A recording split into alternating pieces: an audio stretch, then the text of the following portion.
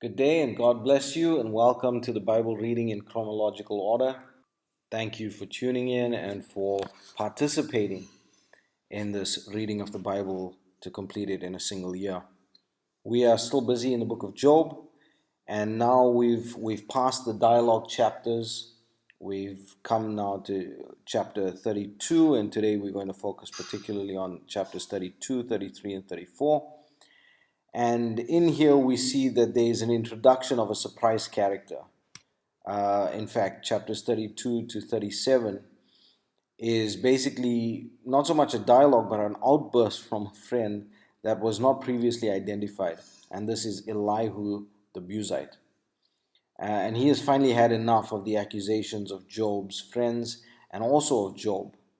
So when he describes it, he says that Job's friends, in their thinking, God rules justly and therefore Job has to have sinned.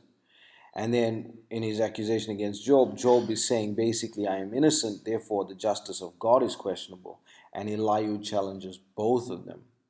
So let's just dig into it and let's see.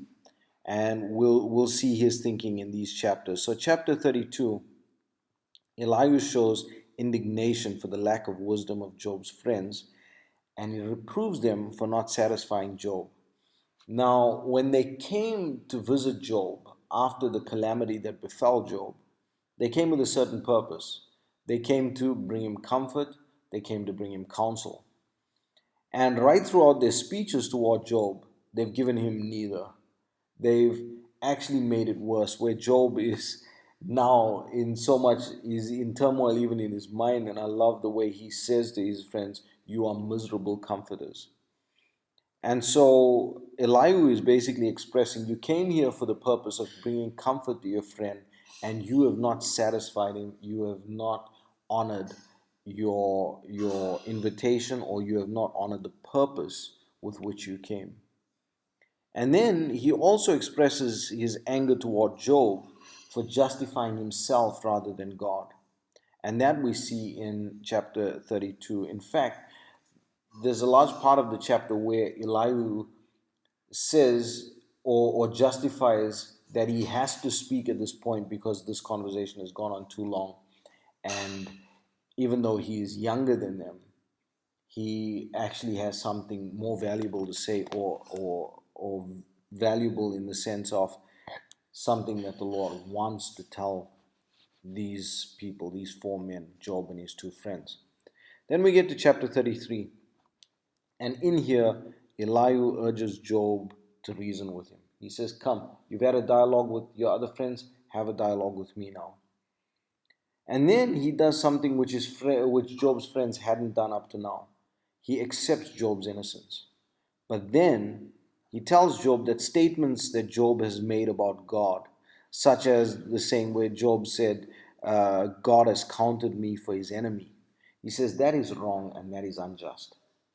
Don't try to justify yourself because of wrong theology. You're saying, okay, only the evil and the wicked receive destruction and punishment. You're taking that theology and now you're saying because of that, God doesn't rule justly. And he says, no, that's wrong. We are not understanding what God is doing. And Elihu then posits that God uses afflictions and other methods to bring men to repentance, to bring men to the knowledge and honor of God. And this is probably the first argument that we see that actually makes any sense in the light of how we understand God now, having had the Bible written and sealed and delivered to us as the Word of God. So when we look at it, this is quite wise words from Elihu at this point. And then in chapter 34, Elihu it's as if he loses his mind toward Job. And he charges Job.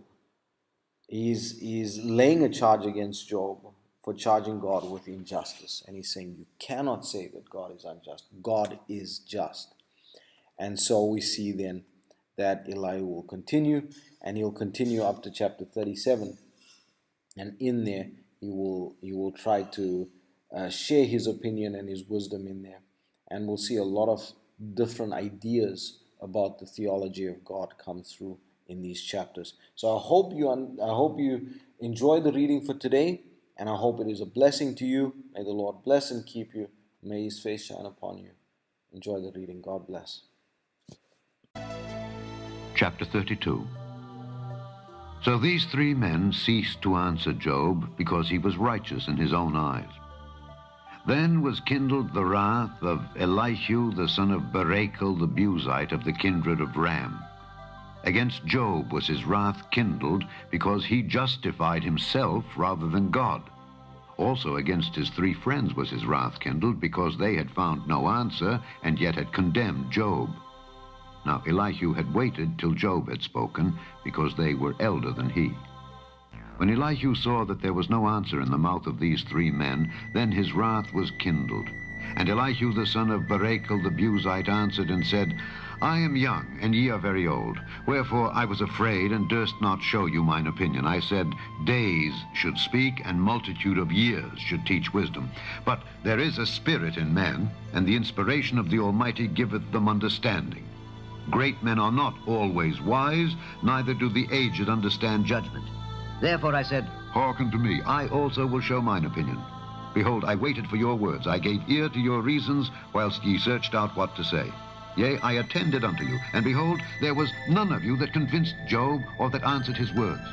Lest ye should say, we have found out wisdom, God thrusteth him down, not man. Now he hath not directed his words against me, neither will I answer him with your speeches. They were amazed, they answered no more, they left off speaking. When I had waited, for they spake not, but stood still and answered no more, I said, I will answer also my part, I also will show mine opinion. For I am full of matter, the spirit within me constraineth me. Behold, my belly is as wine which hath no vent, it is ready to burst like new bottles. I will speak that I may be refreshed, I will open my lips and answer. Let me not, I pray you, accept any man's person, neither let me give flattering titles unto man, for I know not to give flattering titles. In so doing, my Maker would soon take me away. Chapter 33. Wherefore, Job, I pray thee, hear my speeches, and hearken to all my words. Behold now, I have opened my mouth, my tongue hath spoken in my mouth. My words shall be of the uprightness of my heart, and my lips shall utter knowledge clearly. The Spirit of God hath made me, and the breath of the Almighty hath given me life. If thou canst answer me, set thy words in order before me. Stand up. Behold, I am, according to thy wish, in God's stead. I also am formed out of the clay. Behold, my terror shall not make thee afraid, neither shall my hand be heavy upon thee. Surely thou hast spoken in mine hearing, and I have heard the voice of thy words, saying, I am clean without transgression, I am innocent, neither is there iniquity in me. Behold, he findeth occasions against me, he counteth me for his enemy, he putteth my feet in the stocks, he marketh all my paths. Behold, in this thou art not just. I will answer thee, that God is greater than man. Why dost thou strive against him? For he giveth not account of any of his matters. For God speaketh once, yea, twice, yet man perceiveth it not. In a dream, in a vision of the night, when deep sleep falleth upon men, in slumberings upon the bed, then he openeth the ears of men, and sealeth their instruction, that he may withdraw man from his purpose, and hide pride from man. He keepeth back his soul from the pit, and his life from perishing by the sword. He is chastened also with pain upon his bed, and the multitude of his bones with strong pain, so that his life abhorreth bread, and his soul dainty meat. His flesh is consumed away, that it cannot be seen, and his bones that were not seen stick out. Yea, his soul draweth near unto the grave, and his life to the destroyers. If there be a messenger with him, an interpreter, one among 1,000, to show unto man his uprightness, then he is gracious unto him, and saith, Deliver him from going down to the pit. I have found a ransom. His flesh shall be fresher than a child's. He shall return to the days of his youth. He shall pray unto God, and he will be favorable unto him. And he shall see his face with joy, for he will render unto man his righteousness. He looketh upon men. And if any say, I have sinned, and perverted that which was right, and it profited me not, he will deliver his soul from going into the pit, and his life shall see the light.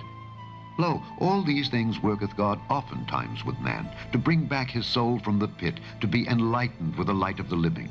Mark well, O Job, hearken unto me. Hold thy peace, and I will speak. If thou hast anything to say, answer me. Speak, for I desire to justify thee. If not, hearken unto me. Hold thy peace, and I shall teach thee wisdom. Chapter 34. Furthermore, Elihu answered and said, Hear my words, O ye wise men, and give ear unto me, ye that have knowledge. For the ear trieth words as the mouth tasteth meat. Let us choose to us judgment. Let us know among ourselves what is good. For Job hath said, I am righteous, and God hath taken away my judgment. Should I lie against my right? My wound is incurable without transgression. What man is like Job, who drinketh up scorning like water, which goeth in company with the workers of iniquity, and walketh with wicked men? For he hath said, It profiteth a man nothing that he should delight himself with God. Therefore hearken unto me, ye men of understanding. Far be it from God that he should do wickedness, and from the Almighty that he should commit iniquity. For the work of a man shall he render unto him, and cause every man to find according to his ways. Yea, surely God will not do wickedly, neither will the Almighty pervert judgment. Who hath given him a charge over the earth, or who hath disposed the whole world? If he set his heart upon man, if he gather unto himself his spirit and his breath, all flesh shall perish together, and man shall turn again unto dust. If now thou hast understanding, hear this, hearken to the voice of my words. Shall even he that hateth right govern? And wilt thou condemn him that is most just? Is it fit to say to a king, Thou art wicked, and to princes, Ye are ungodly? How much less to him that accepteth not the persons of princes, nor regardeth the rich more than the poor, for they all are the work of his hands. In a moment shall they die, and the people shall be troubled at midnight and pass away, and the mighty shall be taken away without hand. For his eyes are upon the ways of man, and he seeth all his goings. There is no darkness, nor shadow of death, where the workers of iniquity may hide themselves. For he will not lay upon man more than right, that he should enter into judgment with God. He shall break in pieces mighty men without number, and set others in their stead. Therefore he knoweth their works, and he overturneth them in the night, so that they are destroyed. He striketh them as wicked men in the open sight of others, because they turned back from him, and would not consider any of his ways, so that they caused the cry of the poor to come unto him, and he heareth the cry of the afflicted. When he giveth quietness, who then can make trouble? And when he hideth his face, who then can behold him, whether it be done against a nation or against a man only, that the hypocrite reign not, lest the people be ensnared? Surely it is meet to be said unto God, I have borne chastisement, I will not offend any more. That which I see not, teach thou me. If I have done iniquity, I will do no more. Should it be according to thy mind? He will recompense it, whether thou refuse or whether thou choose, and not I. Therefore speak what thou knowest.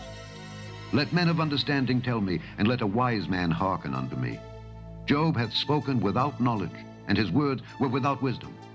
My desire is that Job may be tried unto the end, because of his answers for wicked men. For he addeth rebellion unto his sin. He clappeth his hands among us, and multiplieth his words against God.